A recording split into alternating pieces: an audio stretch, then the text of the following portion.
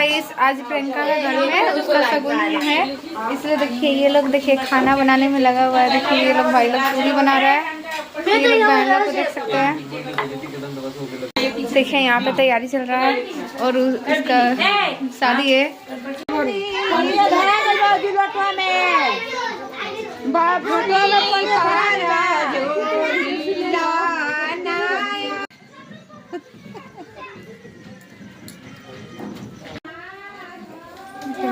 सब्जी बन रहा है और ये लोग पूरी बना रहा है।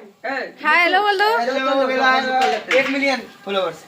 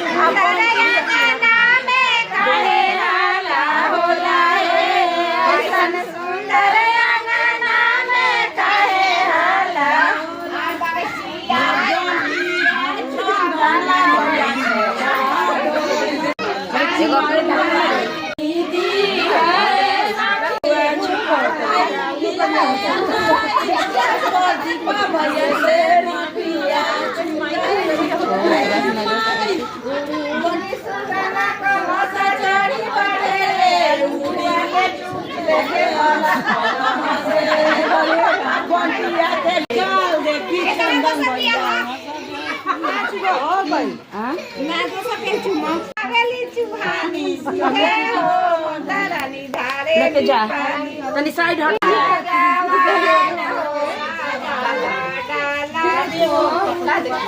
कहाँ से आवेले काली डोरी ताला दीवाना के